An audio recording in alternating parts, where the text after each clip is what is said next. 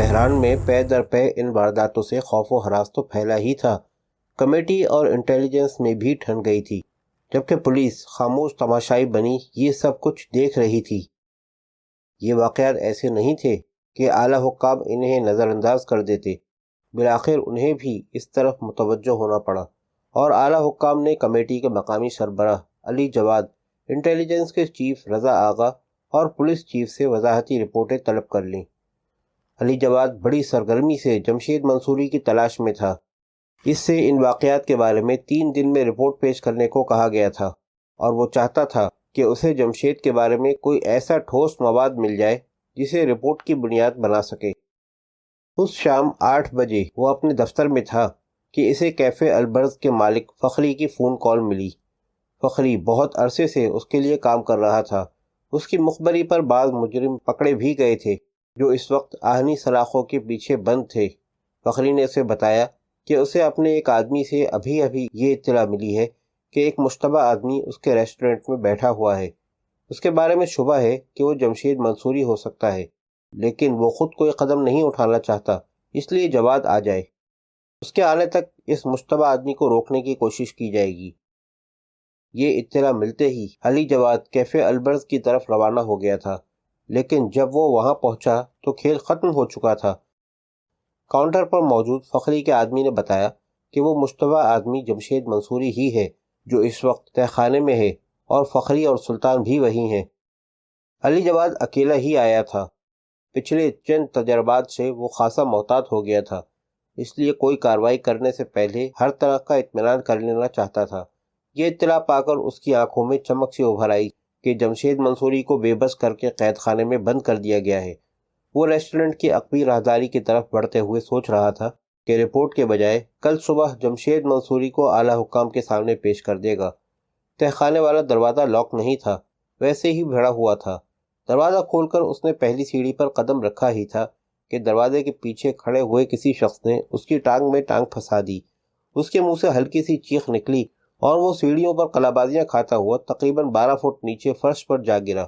اس طرح سیڑھیوں پر لڑکنے سے اس کے جسم کے مختلف حصوں پر چوٹیں لگی تھیں۔ اس نے پیشانی کو چھو کر دیکھا۔ چوٹ اگرچہ زیادہ نہیں لگی تھی، لیکن خون بہنے لگا تھا۔ اس کی آنکھوں کے سامنے تاریکی سی چھا رہی تھی۔ وہ سر جھٹکتا ہوا اٹھ کھڑا ہوا۔ چند سیکنڈ بعد جب حواس بحال ہوئے تو اس نے سیڑھیوں کی طرف دیکھا۔ وہاں کوئی نہیں تھا۔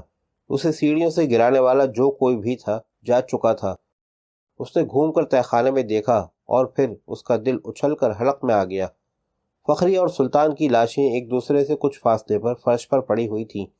سلطان کے سینے میں ٹھیک دل کے مقام پر ٹوٹی ہوئی بوتل پیوست تھی اور فخری کی شہرک کٹی ہوئی تھی۔ دونوں لاشوں کے قریب خون کے تالاب سے بنے ہوئے تھے۔ جواد کو اکائی سی آ گئی۔ وہ پیٹ پکڑ کر سیڑھیوں کی طرف دوڑا۔ اس نے انقلاب کے دوران بہت خون بہتے دیکھا تھا، لیکن قتل کا یہ سفاکانہ انداز دیکھ کر وہ اپنی طبیعت پر قابو نہیں رکھ سکا تھا۔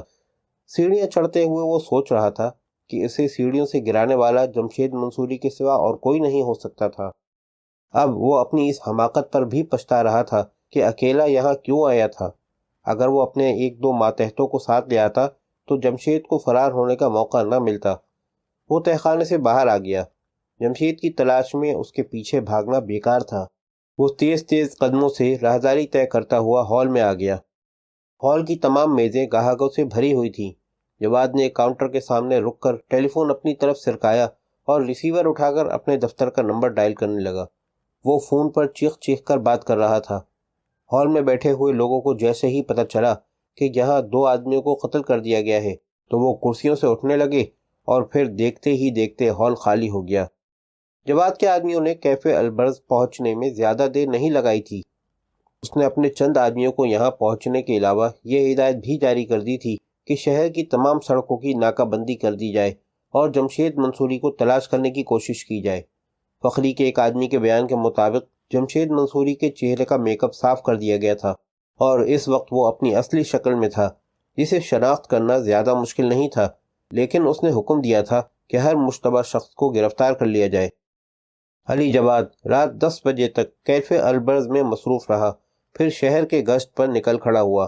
اس کے احکامات پر بڑی سختی سے عمل ہو رہا تھا۔ سڑکوں پر کمیٹی کی گاڑیاں دندناتی پھر رہی تھیں۔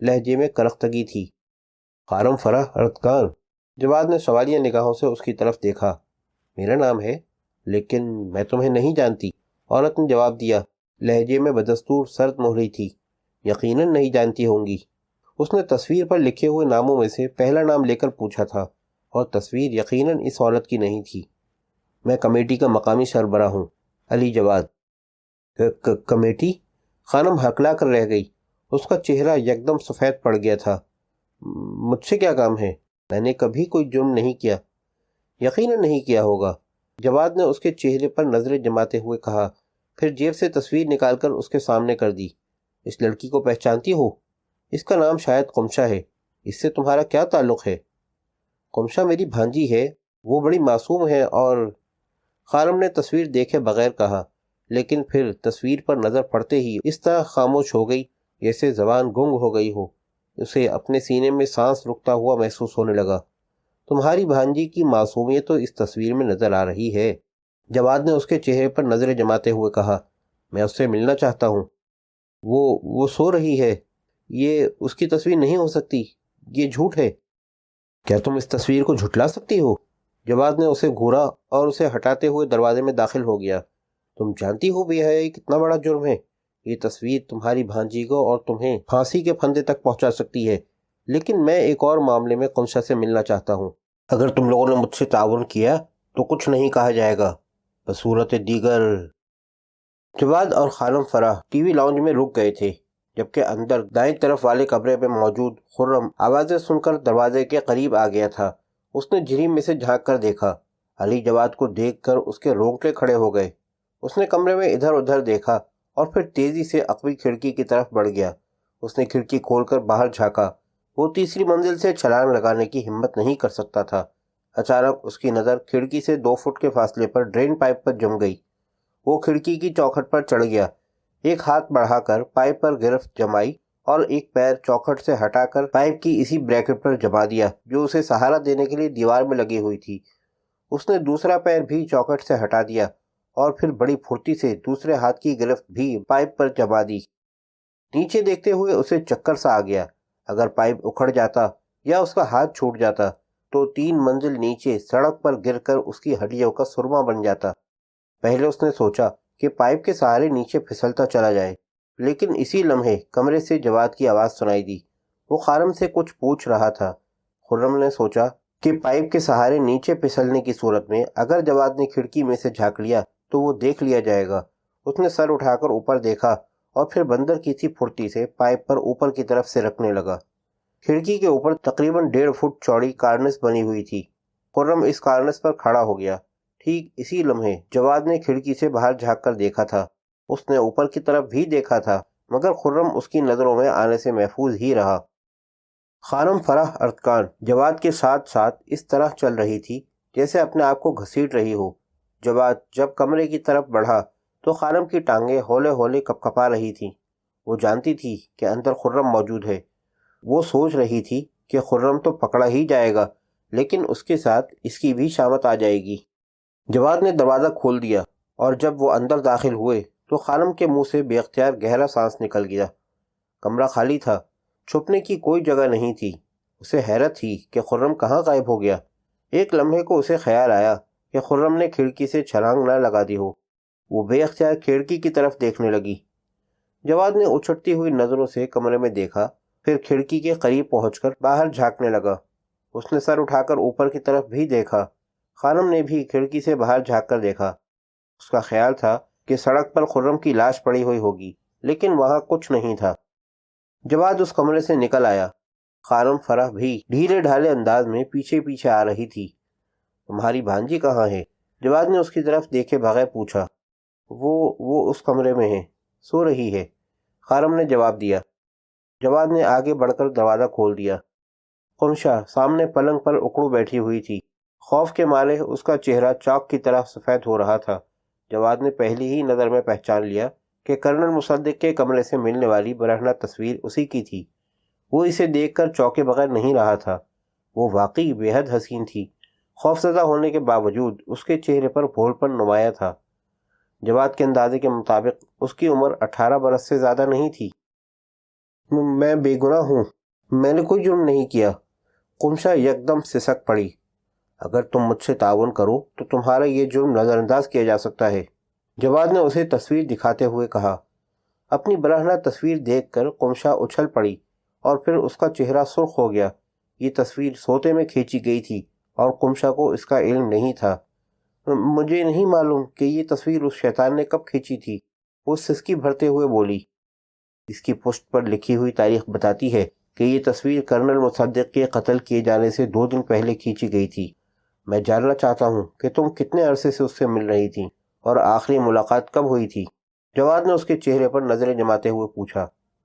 اس سے میری آخری ملاقات اس رات ہوئی تھی جب اسے قتل کیا گیا تھا، لیکن میں نے اسے قتل نہیں کیا۔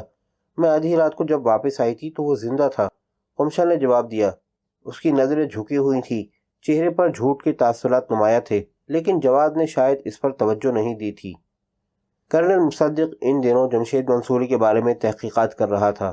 کیا تمہارے سامنے اس نے کبھی جمشید کا ذکر کیا تھا؟ جمشید، قمشا دانت کچکچا کر بولی، میری بربادی کا اصل ذمہ دار وہی ہے۔ میں کوئی آوارہ یا بدچلن لڑکی نہیں ہوں۔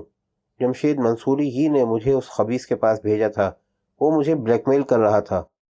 علی جواد اچھل پڑا۔ یہ انکشاف اس کے لیے خاصا سنسنی خیز ثابت ہوا تھا۔ اتفاق سے قسمت اسے ایسی جگہ لے آئی تھی جہاں سے جمشید کے بارے میں اسے بہت کچھ معلوم ہو سکتا تھا۔ تفصیل سے بتاؤ، میں سب کچھ جاننا چاہتا ہوں۔ جمشید سے تمہارا کیا تعلق ہے اور وہ تمہیں بلیک میل کیوں کر رہا تھا؟ اور یہ بات ذہن میں رکھو کہ صرف سچ بولنے ہی سے تم بچ سکتی ہو۔ جواد نے اس کے چہرے پر نظریں جماتے ہوئے کہا۔ میں 10-12 دن پہلے جمشید منصوری کے بارے میں کچھ نہیں جانتی تھی، صرف اخبارات میں اس کا نام پڑھا تھا۔ پھر ایک روز اچانک ہی وہ یہاں آ گیا۔ وہ کرنل مصدق کی نگرانی کروانا چاہتا تھا تاکہ اپنے بارے میں اس کے منصوبوں سے آگاہ ہوتا رہے۔ اس کے لیے اسے ایک ایسی لڑکی کی ضرورت تھی جس پر شبہ نہ کیا جا سکے۔ بدقسمتی سے میں اس کی نظروں میں آ گئی۔ وہ تمہیں کس بات پر بلیک میل کر رہا تھا؟ جواد نے پوچھا۔ اسے کسی طرح پتہ چل گیا تھا کہ شاہ کی بھانجی میری دوست ہے۔ اس نے مجھے دھمکی دی تھی کہ اگر میں نے اس کی ہدایت پر عمل نہ کیا تو وہ شاہ کے خاندان سے میرے تعلقات سے کمیٹی کو آگاہ کر دے گا، حالانکہ میرا اس خاندان سے کوئی تعلق نہیں۔ اس کی بھانجی میری کلاس فیلو تھی، لیکن جمشید نے کہیں سے کوئی پرانی تصویر بھی حاصل کر لی تھی۔ میری یہ تصویر شاہ کی بہن کے گھر میں تمام افراد خانہ کے ساتھ تھی۔ یہ تصویر تقریباً 2 سال پہلے اس وقت کھینچی گئی تھی جب میں ایک تقریب میں ان کے گھر گئی تھی۔ جمشید مجھے اس تصویر کے بل بوتے پر بلیک میل کر رہا تھا۔ اگر میں انکار کر دیتی تو وہ تصویر کمیٹی کو دے دیتا اور میں بلا وجہ مصیبت میں گرفتار ہو جاتی۔ مجھے مجبوراً اس کی بات ماننی پڑی اور اپنی عزت و ناموس سے ہاتھ دھو بیٹھی۔ قمشا نے روتے ہوئے بتایا۔ خوفزدہ ہونے کے باوجود اس نے ایک ایسی کہانی گھڑ لی تھی جس پر یقین کیا جا سکتا تھا۔ جمشید کے بارے میں کرنل مصدق سے کچھ معلوم ہوا؟ جواد نے سوال کیا۔ نہیں، اس نے میرے سامنے جمشید کے بارے میں کبھی کوئی بات نہیں کی تھی، قمشا نے بتایا۔ کیا اس کے قتل میں جمشید کا ہاتھ ہو سکتا ہے؟ مجھے کچھ نہیں معلوم، میں صرف اتنا جانتی ہوں کہ اس رات جب کرنل مصدق کے گھر سے آئی تھی تو وہ زندہ تھا، قمشا نے جواب دیا۔ کیا اس کے بعد جمشید سے تمہاری ملاقات ہوئی تھی؟ جواد نے کہتے ہوئے اس مرتبہ اس کے چہرے پر نظریں جما دیں۔ ہاں، قمشا نے اثبات میں سر ہلا دیا۔ وہ 2 دن پہلے یہاں آیا تھا۔ کیا تم جانتی ہو کہ کسی مجرم کو پناہ دینا جرم ہے، اور مجرم بھی ایسا جو انقلابی حکومت کو سب سے زیادہ مطلوب ہے؟ جواد نے کہا۔ اس نے دھمکی دی تھی کہ اگر ہم نے کسی کو بتایا تو ہمیں قتل کر دیا جائے گا۔ اب وہ تم سے کب ملے گا؟ مجھے نہیں معلوم، اسے جب ملنا ہوتا ہے تو بغیر پیشگی اطلاع کے آ جاتا ہے۔ کیا تمہیں معلوم ہے کہ وہ ایران میں کس مشن پر آیا ہے؟ جواد نے اس کے چہرے پر نظریں جماتے ہوئے کہا۔ مجھے نہیں معلوم، اس نے اپنے بارے میں کبھی کچھ نہیں بتایا۔ علی جواد چند لمحے خاموشی سے کبھی قمشا اور کبھی خانم فرح کی طرف دیکھتا رہا۔ خانم نظریں جھکائے کھڑی تھی۔ ٹھیک ہے، اس نے تصویر قمشا کے سامنے پلنگ پر پھینکتے ہوئے کہا۔ تمہاری باتوں سے لگتا ہے کہ تم واقعی ایک شریف لڑکی ہو اور حالات کا شکار ہوئی ہو۔